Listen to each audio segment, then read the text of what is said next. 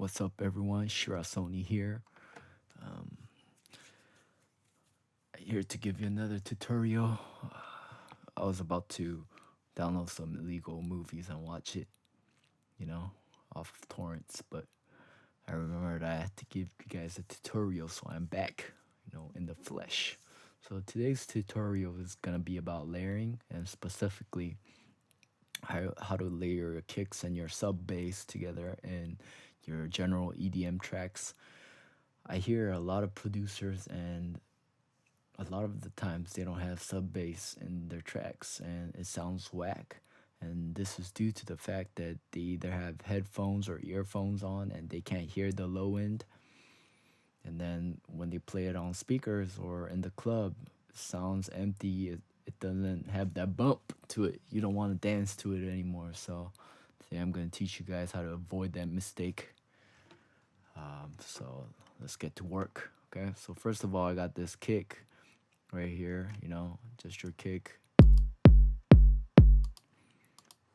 I took the sample, which was actually pretty long, and I shortened it a bit. And this to the fact that, like in the tutorial before with trap and 808s and kicks, you don't want your kicks to have all that low end ringing out, So you want to make it short, you want to make it tight, and the low end is gonna come from the sub bass, which in EDM acts as the 808. Okay, and then first of all, for the low end, I got my sine wave. Okay, got my sine wave here, and I just pumped in whatever. And for these, I'm using Citrus, but you could use any synth that has a sine wave.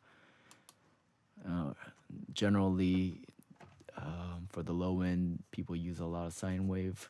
If not, people use like a saw wave. And they filter out some of the harmonics on top of it, and yeah, okay. The important thing to remember about when you're doing a sine wave is that, first of all, you got, just like with the 808s and the kicks, you have to EQ it well so that the kick hits at a certain frequency and the 808, the sub bass hits at another frequency. So if you look here, I got this. Right now it's clashing with each other like crazy.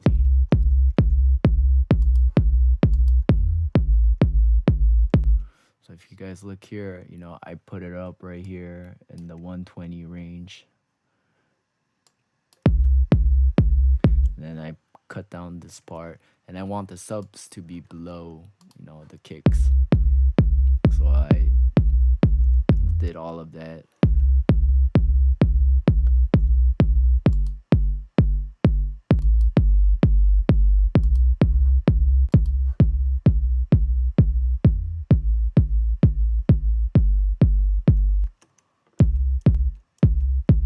Alright, we did that. That's the first thing.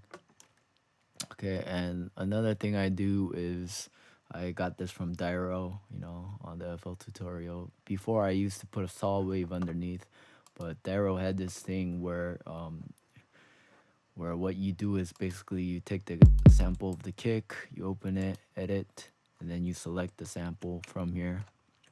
Select one cycle, whether it's this or whether it's this, and then you take it and then you copy it into the oscillator tab right here. Okay, so you get this, and then you take out the fundamental because you don't need it, because that's obviously what the sine wave is gonna play. So then you copy and paste.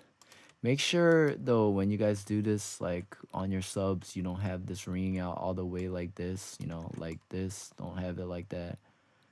Is you guys have to cut it out a bit, otherwise it rings out into eternity, into the next beat. So you don't want that happening.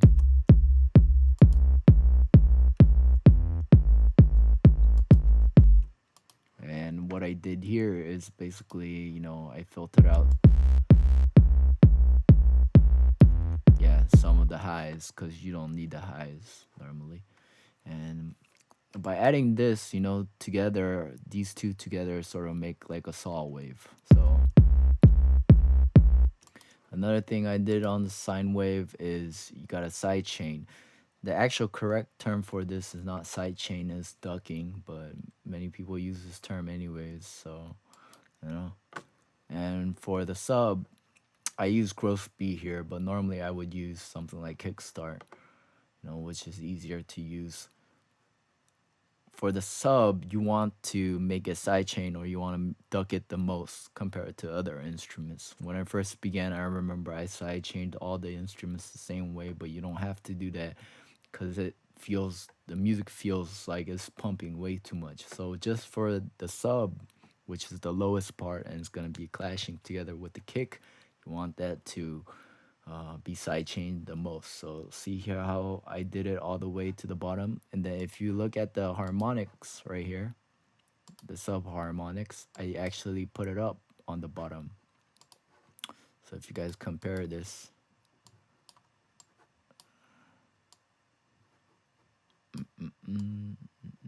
yeah, you guys can see how this is to the bottom and this is not.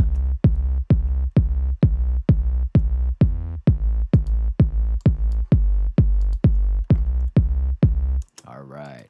And then at the end, obviously, you got to compress it, right? You have to compress it to make it sound even because the low end's always going to be, oscillating and it's going to be on different levels.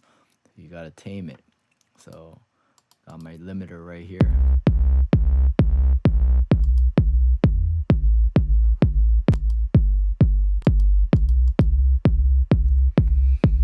And what I basically did is, what I did is I put the threshold down a lot, put the ratio up to like 4. I don't really think it has to be up to infinity, somewhere between 4, like 4-1 or 8-1, somewhere between there. And then you could have a slight knee if you want. And what I normally do is I put up the tack time, to maybe somewhere between 10 to 20 milliseconds so that the initial punch transient will pass and then the rest will be squashed down.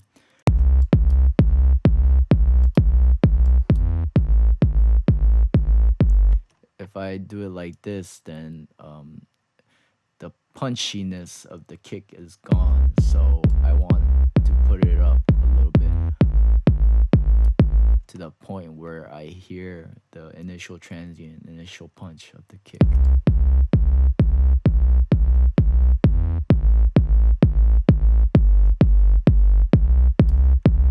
All right. So this is how you do it, okay? And obviously everything is set to mono,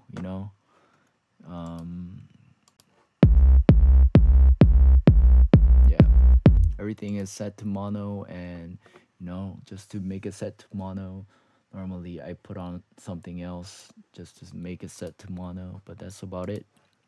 Just turn all the knobs to the right.